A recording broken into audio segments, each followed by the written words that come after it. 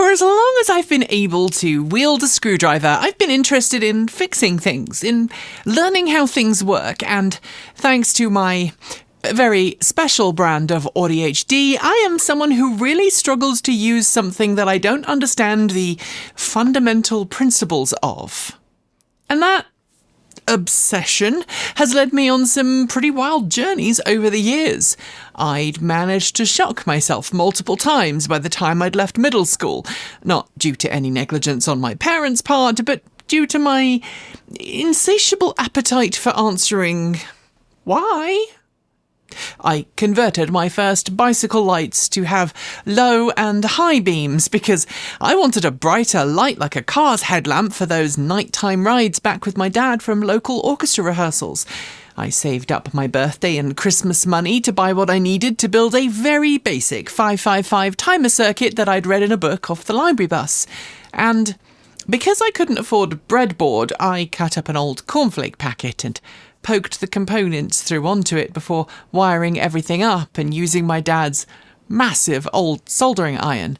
But it worked. And in about 1996, when my dad's 10-year-old milking parlour radio failed due to years of life in a hot, humid environment, I snuck it back home, took it apart, and restored it for him for Father's Day. That, honestly, is probably one of my proudest moments from my childhood. My dad wanted to borrow Mum's garden radio so he could listen to the cricket on BBC Radio 4 Longwave, and I took his just-finished restored radio back, complete with just repainted grille. He genuinely thought I'd bought him a new one. But that's not to say I didn't screw things up. Because I did. A lot. I point you to my earlier shocking run-ins with mains electricity on an old all-in-one radiogram, and all of the things that I thought I could make better, but sometimes I didn't, usually because I couldn't afford new parts. Like the time in 1997 that I tried, aged 18, to mod the Commodore C64 computer, my very first computer that I'd purchased used at a local flea market for under £10. I tried to mod it, I broke it, I tried to fix it. It was still broken, but I learned a lot. As an adult, that's carried on. Regulars will know that I've hacked and modded my way through many a different project, again, with varying levels of success. Sometimes I win, sometimes I fail. But through this process, I've developed a true love and respect for the open source community, for the right to repair world. And when a company locks down access to things that its customers own, I get upset. In the EV world, we've seen plenty of that. Unfortunately, from once standard fit features that are now locked behind digital paywalls through to open and easy access to spare parts, it really grinds my gears when an automaker looks at something good and goes, "No, I do not want you to have that anymore." Today, I'm going to cover one such company and how it's recently flipped its switch on API access to its connected vehicle services, pulling information about customers' cars behind a paywall and ensuring that those customers can only access said information using an official, sanctioned app.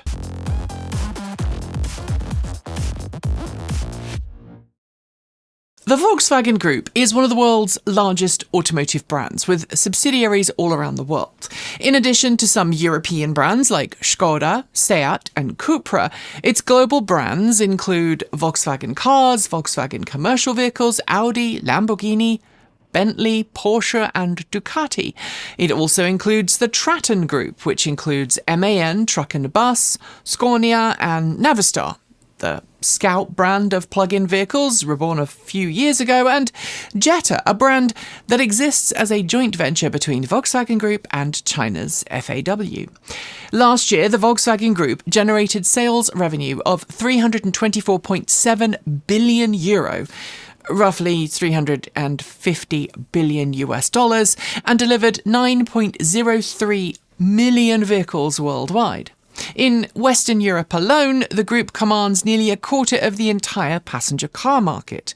1 in every 10 vehicles sold anywhere in the world in 2024 came with some kind of Volkswagen Group badge, and when it comes to EVs specifically, 1 in 23 battery electric vehicles sold globally that year came from a Volkswagen-owned brand.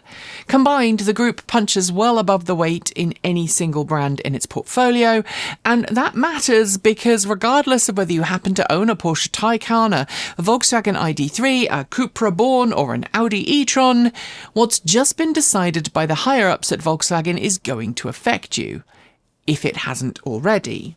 And if you're someone who doesn't own a Volkswagen Group-developed EV, but you do own another EV that has connected services, this could cause frustration down the line for you too. That's because back in April, the brand announced as of mid-May it would lock down the telematics API used by millions of ICE and plug-in customers around the world, only allowing officially sanctioned apps to interact with its back-end. No, that sounds a little gross. It sounded better in my head. Honest. Let's meet at the main camera and I'll explain it a little better. For those unaware, APIs or application programming interfaces are basically a list of commands that are set up by the developer of software or hardware that allows another piece of software or hardware to exchange information. If you've used a smartphone app to initiate a charging session, or booked theatre tickets online, or even used online shopping, you've used an API. Well, you probably used multiple APIs because usually the place you're buying something from has one API and the company that processes the payment to your credit card has a different API, and your bank or credit card company has a third API to make sure that it was actually you making the purchase, not some scammer that goes by the name of Steven and swears he lives in Ohio when he's actually operating out of a grimy bedsit in Minsk. In the EV world, specifically, telematics APIs are used to communicate between the vehicle and the data center where your EV's manufacturer keeps tab on how your vehicle is, what its state of charge is, and depending on if they're caught, how fast you can drive so that they can shuffle the data off to insurance companies to hike your premiums up. Okay, that was maybe a little below the belt because, as we all know, GM quietly stopped doing that when the regulators came knocking. But seriously, connected anything means your data might be going to places you don't want it to. This is why you always, and I mean always, read the EULA before you click I accept. I don't care how excited you are to get on the road. You sit in that dealership car park and you read every last word. Then you decide. The API between the car and the data center is secure and usually kept proprietary. The API that allows smartphone apps and other software to query your vehicle's state of charge, lock and unlock doors, start preconditioning, pay for charging, or send a destination to your navigation system, well, access to that varies enormously depending on who made your car. Some companies lock it down completely and vociferously pursue anyone who tries to reverse engineer it. Some make basic functionality available via a published, documented API, giving developers, and let's be honest, the large language models doing their coding for them these days, the tools to build integrations with their preferred smart home platform or device. Others don't officially publish anything, but turn a blind eye and give a knowing nod to the thriving ecosystem of third-party apps built on reverse-engineered access. And then there are those who allow API access, but only to developers or companies willing to pay a licensing fee and operate within strict rules about what they can and cannot do. Volkswagen, until recently, fell into that third camp, tacitly tolerating a thriving ecosystem of reverse-engineered integrations without ever officially sanctioning them. And we've seen this pattern before, just as certain automakers have quietly dropped Apple CarPlay and Android Auto support, forcing owners into baked-in, walled garden infotainment systems that want your email address before they'll let you play a podcast. Automakers have a habit of deciding, sometimes overnight, that the access they once ignored is now a problem. And the Volkswagen Group is not the first to make that call. It will not be the last. And yes, keep the CarPlay analogy in your back pocket. I'll come back to it later, because what automakers want to happen and what actually happens in the real world are two very different things, and the consequences can be significant.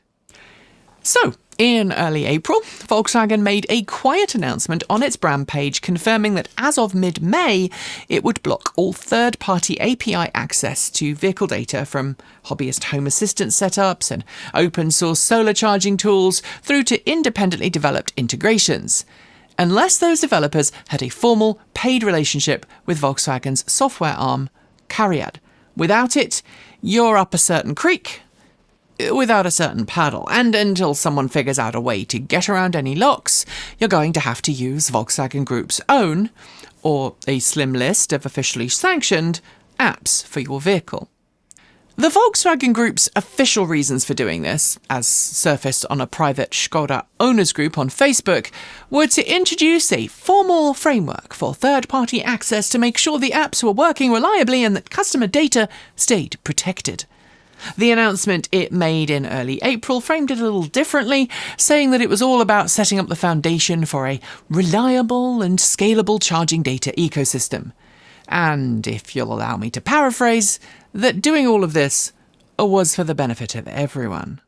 The amusing thing here, CARIAD, yes, Volkswagen stole it from the Welsh language meaning loved one or darling, did not give much love or adoration to more than 800,000 customers' personal data when it let a misconfigured Amazon Web Services cloud storage system happily pass out personally identifiable information about customers' cars, no password required, to any computer system or hacker that asks for it nicely.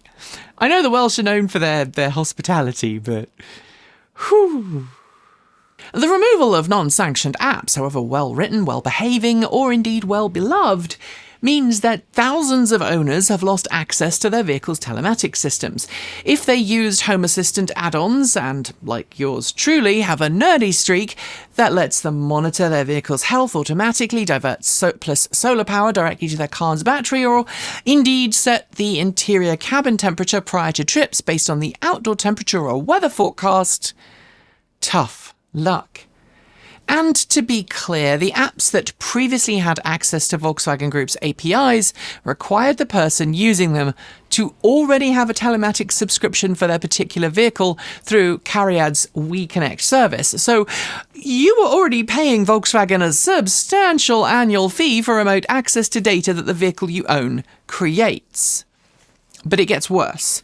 The new Volkswagen Group policy does not come with a published list of fees or an open developer program that anyone can sign up to. It's invite-only, commercially negotiated, business to business. And if you're the kind of person who spends their weekends building something clever with their EV data, something that works exactly the way you want it to work, in the smart home platform you've been setting up for years, as I already said, tough luck. The TLDR at this point is that while the Volkswagen Group states this is about better data protection and end-user experience, it's clearly more directed at making CARIAD more money by directing customers away from open-source, community-built software solutions towards large corporate entities who can pay the price of entry while simultaneously charging you, the end user, for the app or service that connects you to your data, on top of the telematics fee. The enshittification of your data, along with the rest of the internet. Volkswagen isn't alone, though. There are other automakers who have locked out data over the years for seemingly similar reasons with similar excuses. Take Ford, and look, I know I regularly bash on Ford, but I do of course have some skin in the game as I own a Ford. Well, Ford has for now seemingly turned a blind eye to its telematics system being reverse engineered for things like Home Assistant and third-party app access. Its in-car systems have now been locked down increasingly over the years. F-150 Lightnings and F-150s generally, made before 2024, can, for example, be used with an open source fork of OpenPilot, along with a custom-designed pigtail adapter to give customers access to a standalone semi-autonomous driver assistance system that is separate and distinct from Ford's built-in and expensive Blue Cruise subscription. But Ford locked its CAN bus communications down and made them encrypted on 2024 and newer models, meaning you can no longer use a comma system in those trucks, which means if you want hands-free driving assistance, you have to pay for a monthly or yearly subscription rather than just buying the hardware once.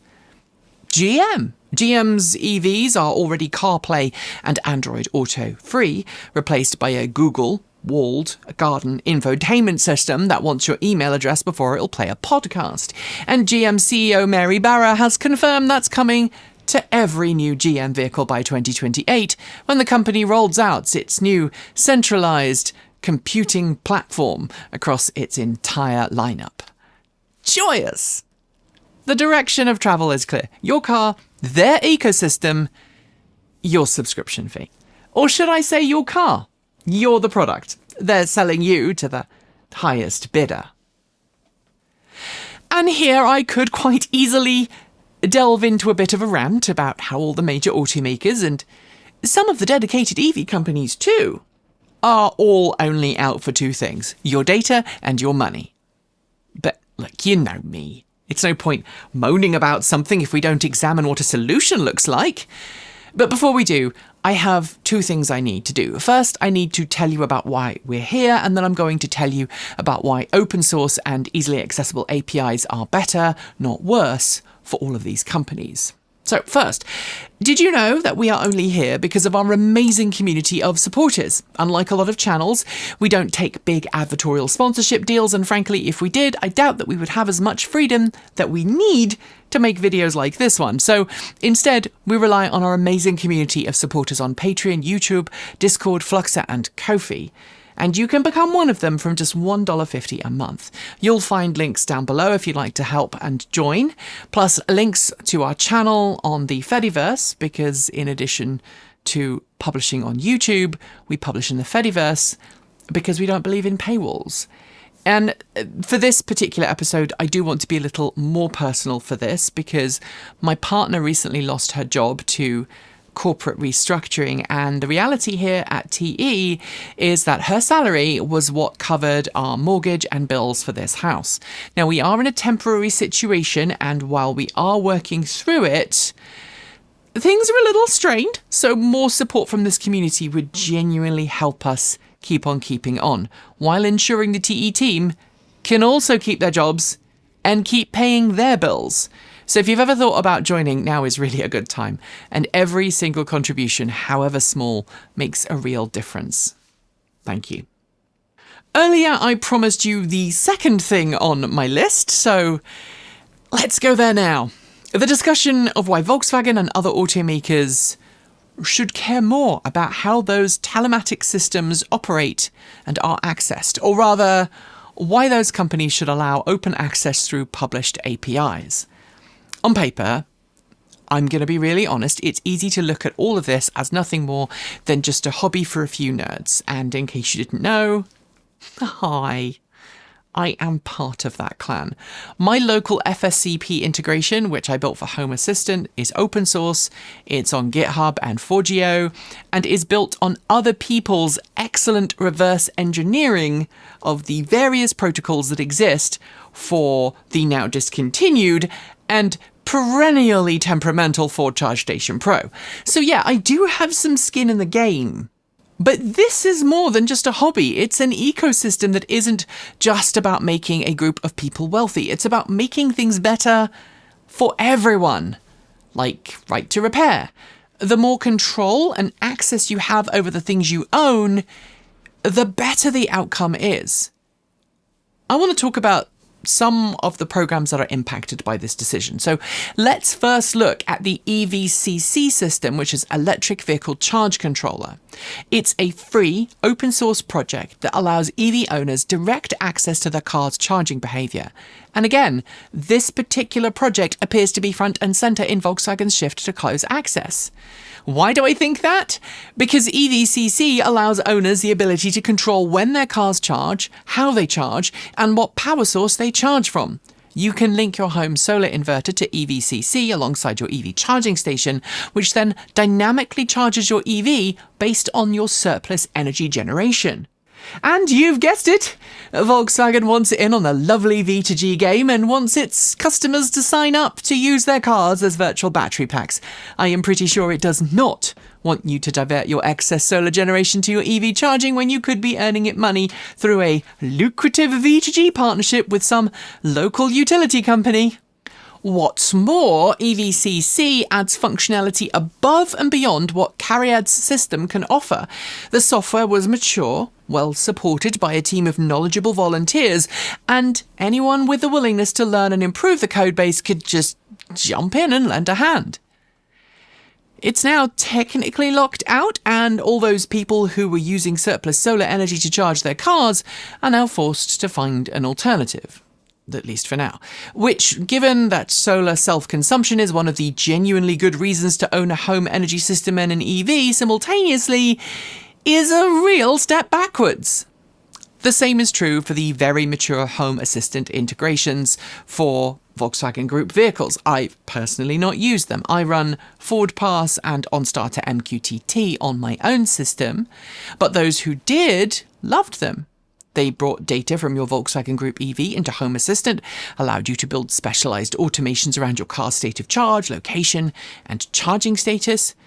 And now, again, they're locked out too. Temporarily.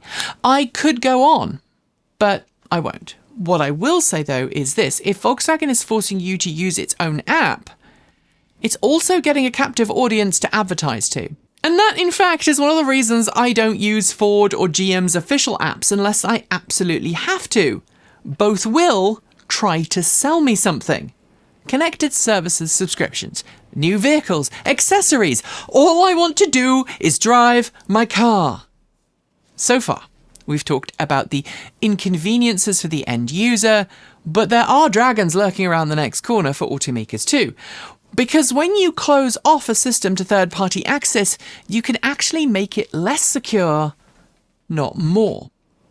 Open source developers are often more agile than a large multinational company that is almost certainly farming its software development out to a third-party consultancy.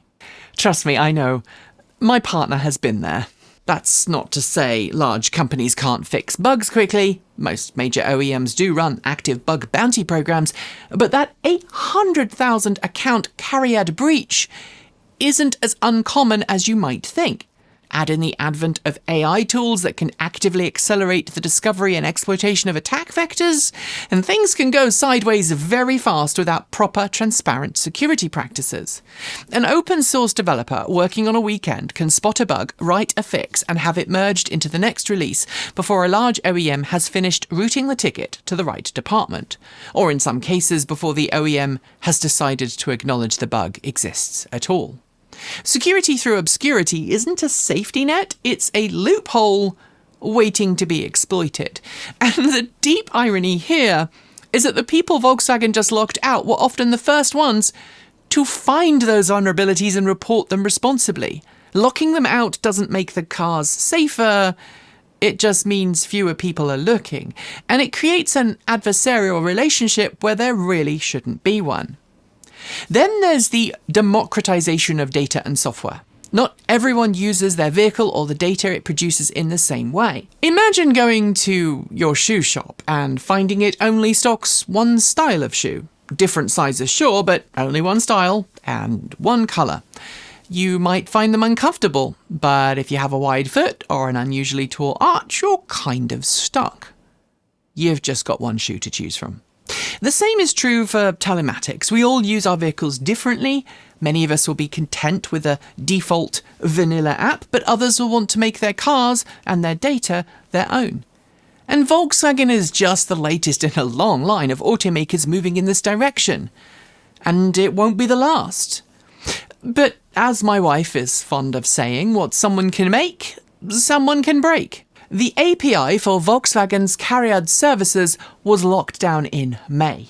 Weeks later, enthusiasts have already mapped a new authentication flow, leveraged token endpoints, and begun planning the next stage. People have broken out Wireshark and the rooted phones, and the man-in-the-middle spoofs, the emulators, the cookie plugins, and now they're figuring out how to take back the access that was taken from them by finding an alternative way in. There are already projects with a decent roadmap sketched out. These third-party apps won't be locked out forever. Sure, Volkswagen may play cat and mouse with developers. An adversarial relationship will exist instead of a cooperative one.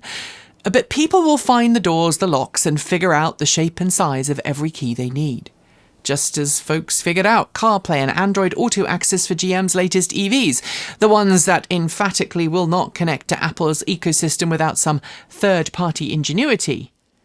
Those software developers will also figure it out too. Because they always do. To finish, I think there's one more thing that we need to discuss, and maybe acknowledge. Volkswagen may want people to access its vehicles and its telematics using official methods, but the reality is that there are other ways of accessing the data. And if you've been a long-time viewer of the channel, you may remember the various videos we've made over the last 15 years surrounding OVMS, the Open Vehicle Monitoring System. Originally designed for Tesla Roadster owners to give them smartphone telematics access, it's matured into a very comprehensive open-source data system for many cars, electric and otherwise, that will give you access to all your data in the way you want it.